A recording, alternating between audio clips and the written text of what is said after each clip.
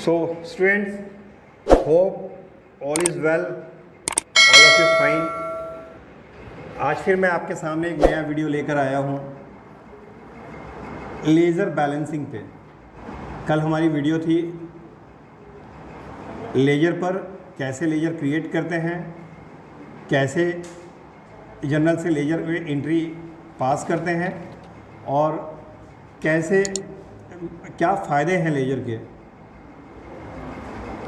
तो लेज़र यहीं पे ख़त्म नहीं होता। अब ये लेज़र के एक आगे की टॉपिक है लेज़र बैलेंसिंग, जिसको आज हम सीखने वाले हैं। सो बी केयरफुल। जो लोग नए हैं चैनल को सब्सक्राइब करें, बेल आइकन ज़रूर प्रेस करें। चलिए अब हम लोग चलते हैं लेज़र बैलेंसिंग पे। सो आप सामने देख रहे होंगे दो लेज़र हैं आपके, कैश और सेल्स के दिए हुए हैं, और इन लेज़र को कैसे क्लोज किया गया है हम इसको समझते हैं। एवरी मंथ अकाउंटेंट क्या करता है, लेज़र को क्लोज करता है, ठीक है, और फिर नेक्स्ट मंथ में फिर नए सिरे से फिर रिकॉर्ड करता है, ठीक है।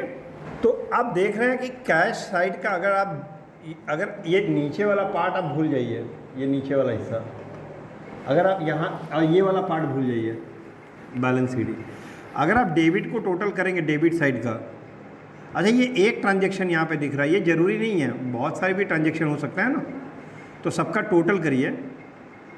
अच्छा कैश अकाउंट डेबिट है, डेबिट का आपने टोटल किया। इसी तरह अगर कैश अकाउंट क्रेडिट है, अगर इसमें ट्रांजैक्शन है तो क्रेडिट का टोटल करिए। क्लियर। और डेबिट और क्रेडिट का टोटल करने के बाद आप चेक करिए डिफरेंस कितना आ रहा है। तो मेरे इस लेज़र में डेबिट में तो 2000 की एंट्री थी, पोस्ट हुई है, लेकिन क्रेडिट में कोई एंट्री नहीं थी, तो डिफरेंस तो 2000 का ही आएगा। भाई मेरा आया है 2000, गया कुछ नहीं है, तो डिफरेंस तो 2000 का ही रहेगा। हाँ अगर मान लो कई चीज़ें आई हैं, कई चीज़ें गई हैं, तो हो सकता है डिफरेंस कुछ और हो, लेकिन यहाँ तो फिलहाल क्रेडिट में कुछ नहीं है, तो डिफरेंस तो 2000 है। तो अब बैलेंस करना मतलब जैसे आपने देखा तराजू पे चीज़ों को रख के उसके बगल में वजन रखकर दोनों को बैलेंस करता है ना, इक्वल, तो वैसे ही है, हमें लेज़र को इक्वल करना होता है, ठीक है। और आप देखें जब इसने 2000 यहाँ लिखा, 2000 यहाँ लिखा, तो दोनों साइड का टोटल इक्वल हो गया ना। क्लियर।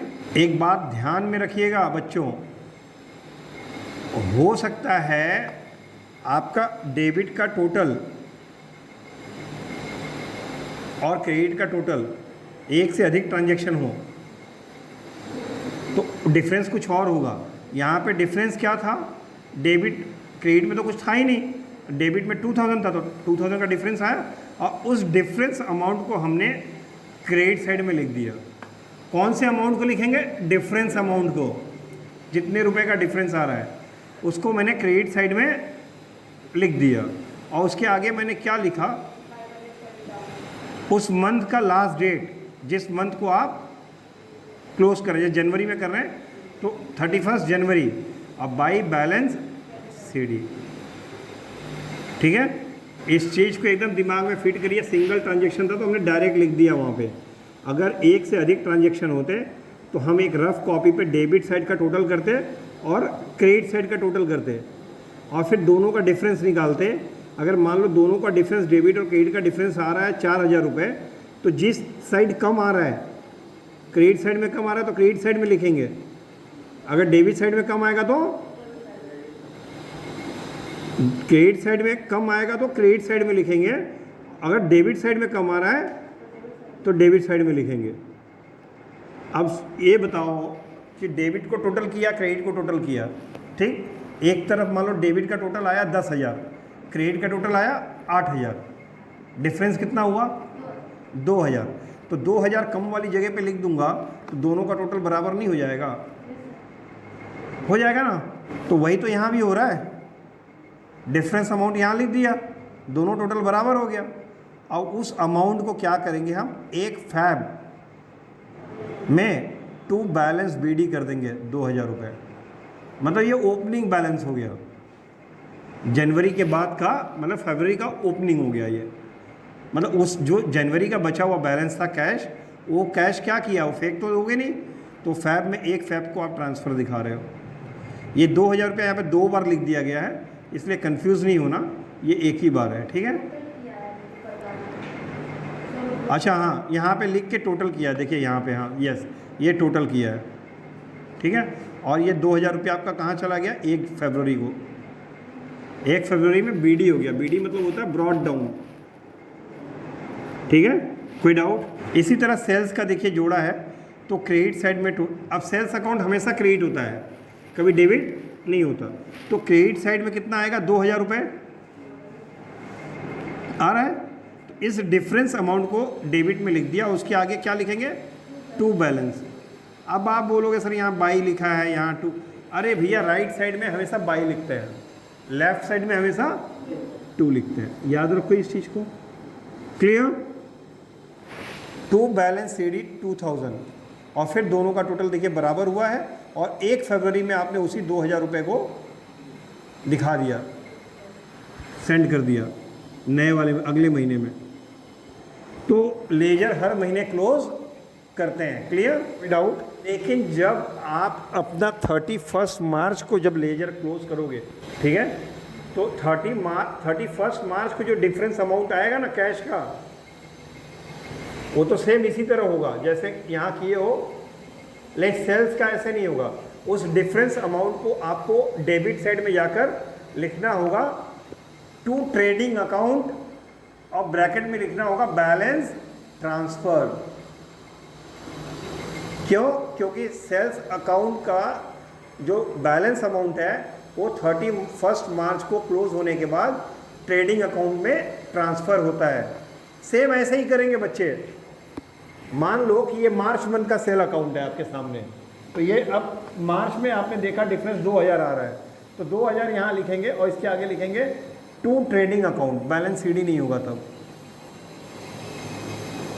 बैलेंस सीडी बीडी जो है ये हर महीने तो हो रहा है, लेकिन 31 मार्च को नहीं करेंगे, 31 मार्च को नहीं करेंगे।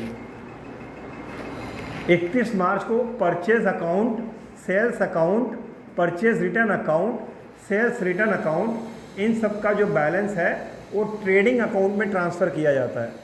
और जिस दिन मैं आपको ट्रेडिंग अकाउंट्स पढ़ाऊंगा उस दिन आपको ये बात समझ में आ जाएगी क्यों ट्रेडिंग अकाउंट, क्योंकि ट्रेडिंग अकाउंट में इन्हीं खातों को दिखाया जाता है, इन्हीं अकाउंट्स को। बाकी जो आपने प्रोसीजर देखा, एवरी मंथ सारे अकाउंट को क्लोज करने का प्रोसीजर यही है, लेकिन at the end of the year भी यही पोजीशन, यही रहेगा तरीका, केवल किसको छोड़कर, purchase, sales, purchase return, sales return, और कुछ ऐसे एक्सपेंसेस जो कि आपके कॉस्ट में, जो गुड्स का कॉस्ट है उसमें ऐड होते हैं, लाइक वेजेस, फैक्ट्री का rent, factory electricity, carriage inward, wages, import duty, मतलब जिनका रिलेशन, ऐसे खर्चे जिनका रिलेशन गुड्स से होता है, कि सारे खर्चों का बैलेंस भी ट्रेडिंग अकाउंट में ट्रांसफ़र करते हैं।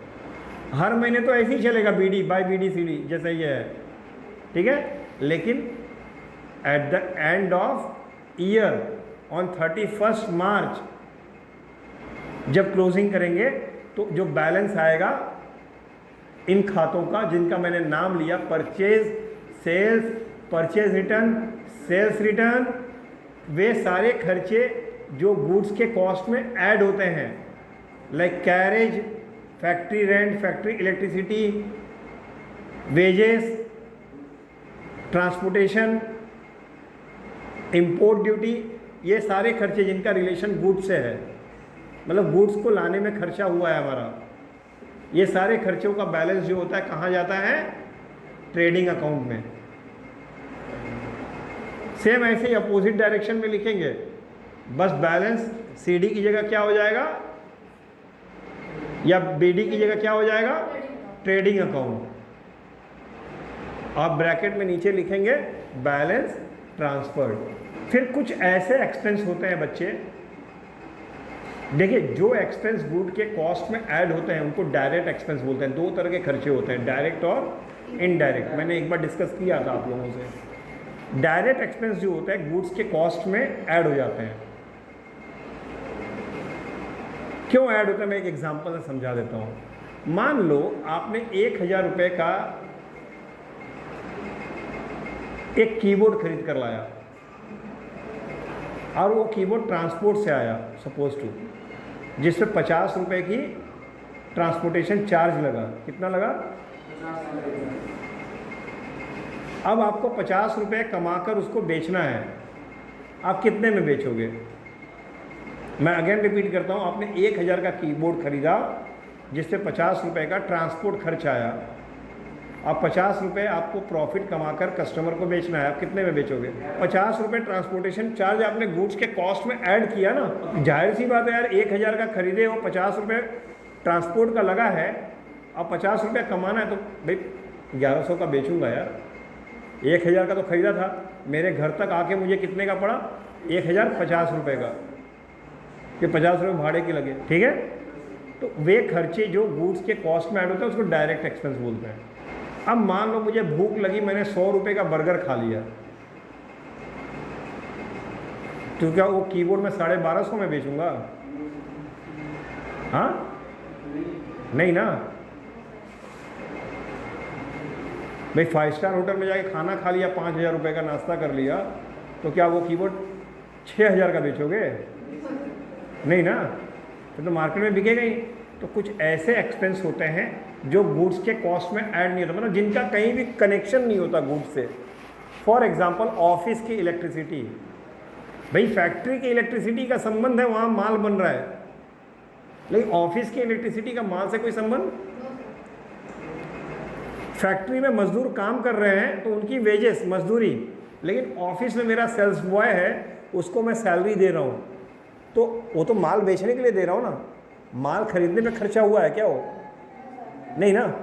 ध्यान रखो, जो माल खरीदने माल बनने पे जो खर्च होते हैं वो डायरेक्ट। मैंने एसी लगा रखा है ऑफिस में, ठीक है, अब उसकी बिल मैं पे करता हूँ, ऑफिस की इलेक्ट्रिसिटी। टेलीफोन बिल, टेलीफोन का क्या कनेक्शन है यार गुड्स से? कोई कनेक्शन है टेलीफोन का? माल बनाने में टेलीफोन का क्या मतलब है? कोई नहीं है। तो अब उसका एक्सपेंस, ये सारे एक्सपेंस जो होते हैं इनडायरेक्ट एक्सपेंस होते हैं। क्या होते हैं?